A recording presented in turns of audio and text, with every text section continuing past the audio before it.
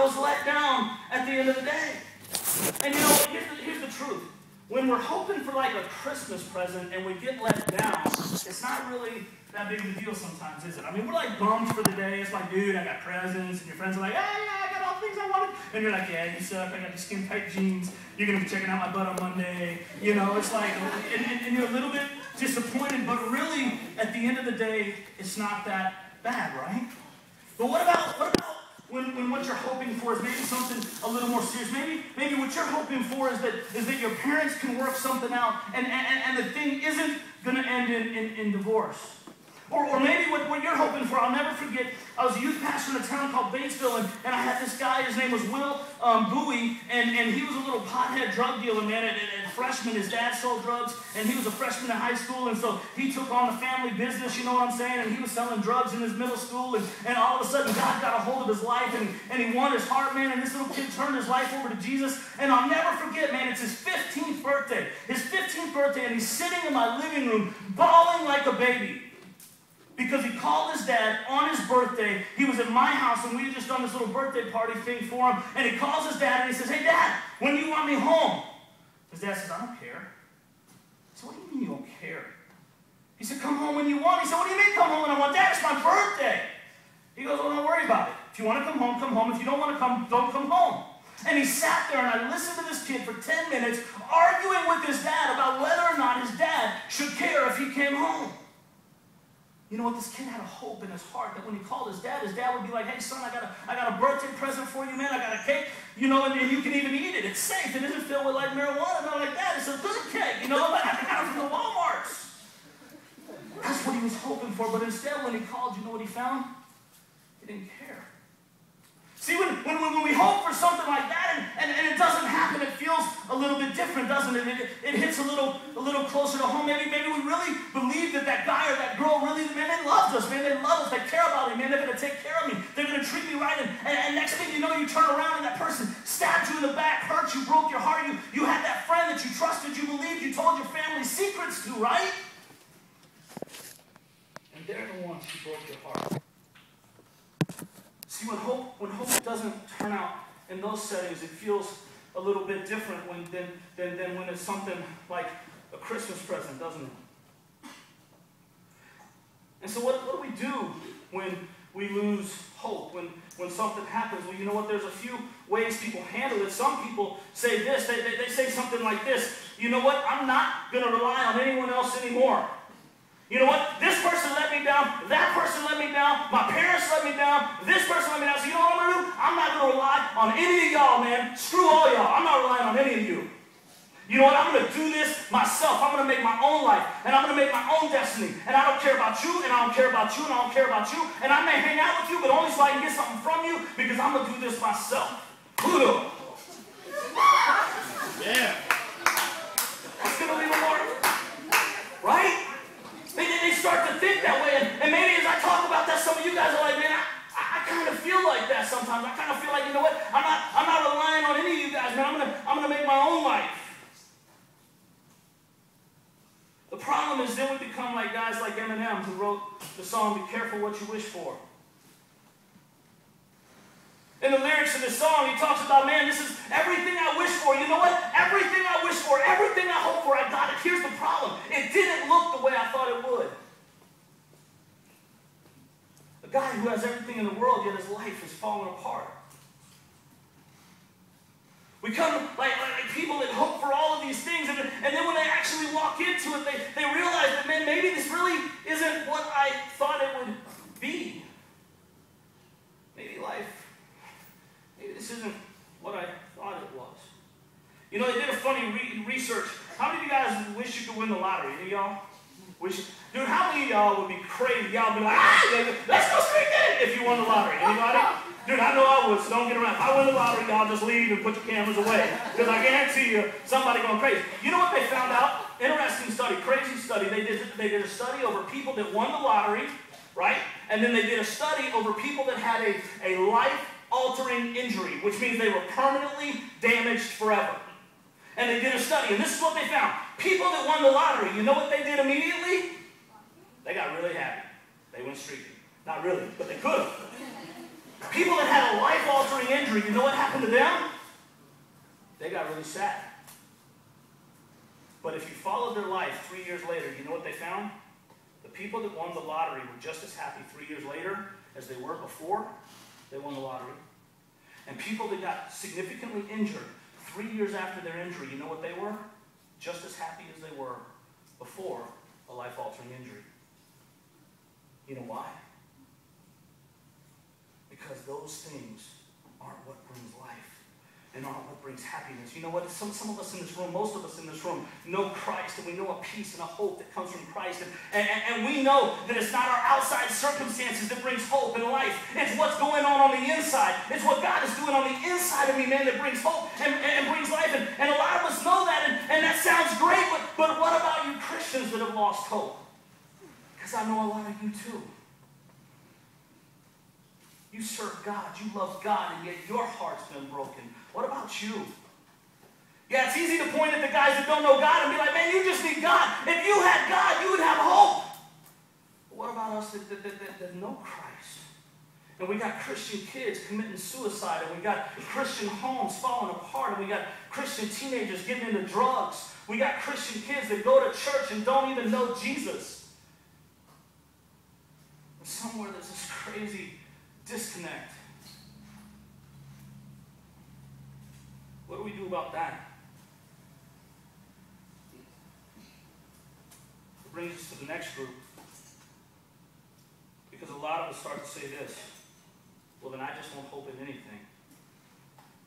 I won't have hopes because then I can't be hurt, and I won't dream big anymore, and I won't think about what could be anymore, because all of that just leaves me feeling devastated and destroyed. And yet hope is a good thing. Job chapter 11 verse 18 says, having hope will give you courage. When you have hope, man, it gives you courage. You will be protected and will rest in safety. 1 Corinthians chapter 13 verse 13 says, 3 things will last forever. Everybody say that. Say, 3 things will last forever. Come on, say it again. 3 things will last forever. 3 things will last forever. Guys, their faith, their hope, and their love. Those are 3 things that we should base our life off of.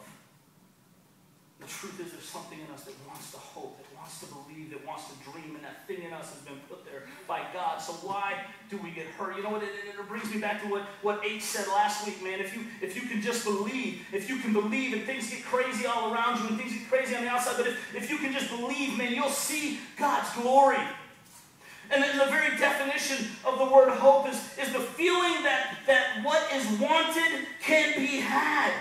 It's the feeling that what is wanted can be had, or that events will turn out for the best. That's the very definition of the word hope. So how can I believe it, and how can I hope? And here's what it brought me to. Perhaps the problem isn't whether or not we hope. Perhaps the problem is in what we put our hope. Perhaps the problem isn't about whether or not we should hope because we see that we should, but maybe it's what we're hoping for. And so I came across this story because I know the Christian thing to think is, well, yeah, you got to put your hope in Jesus, but I think maybe it's even bigger than that. And so I came across this story in Genesis chapter 37, verse 2, and is where it starts, and it's the story of a guy named Joseph, and I want to go through it with you a little bit, okay? In verse 2 it says, this is the account of Jacob and his family. When Joseph was 17, he often tended his father's flocks.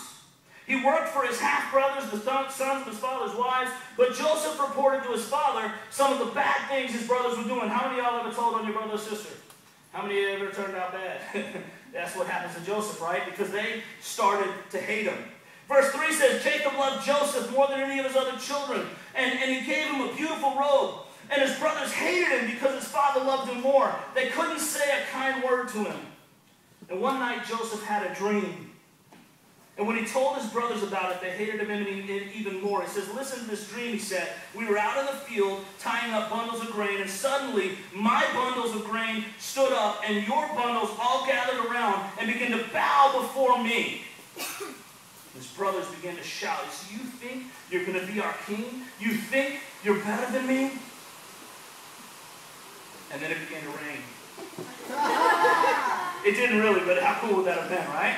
Anyway, so then he has another dream, and he dreams that they're out somewhere, and all of his brothers begin to bow to him. And here's the thing, Joseph had a dream that was given to him. Did Joseph make that dream up? No. It was a dream that was given to him by God. God gave him a dream that his family was going to bow down before him. And you know what Joseph immediately began to look for? Everybody around him to bow down to him. Dream, hope, by God. And all of a sudden, Joseph has this hope of all of these things happening, and it doesn't really work out that way, does it? Instead, what do his brothers do? They sell him into slavery. They sell him as a slave. And here's what connected with me. He had a hope. He had a dream.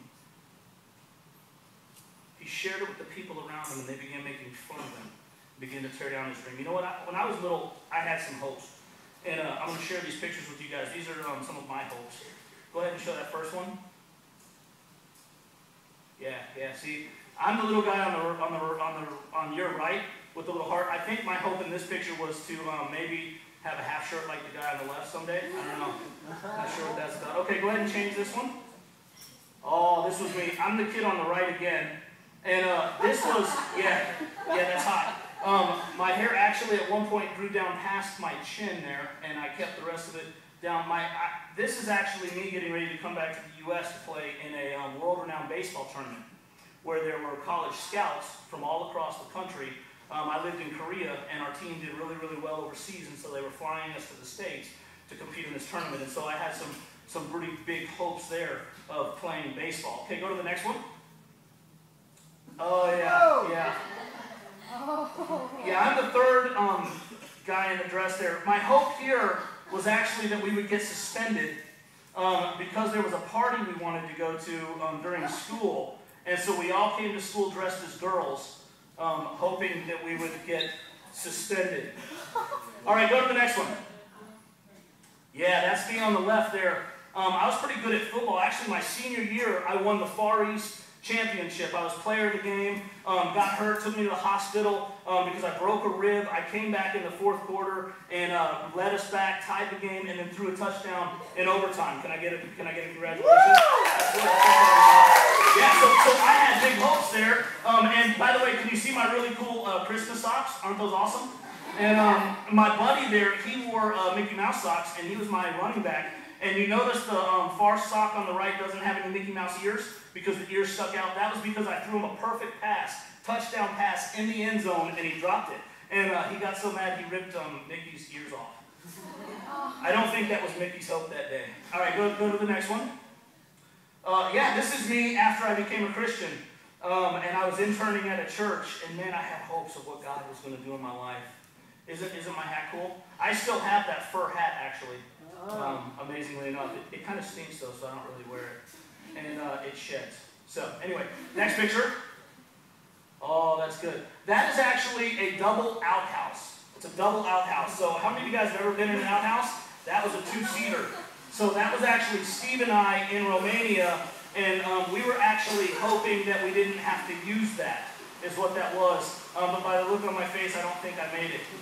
So, yeah, okay, enough of those. You know what? I've had a lot of hopes in my life, but you know what I found, honestly?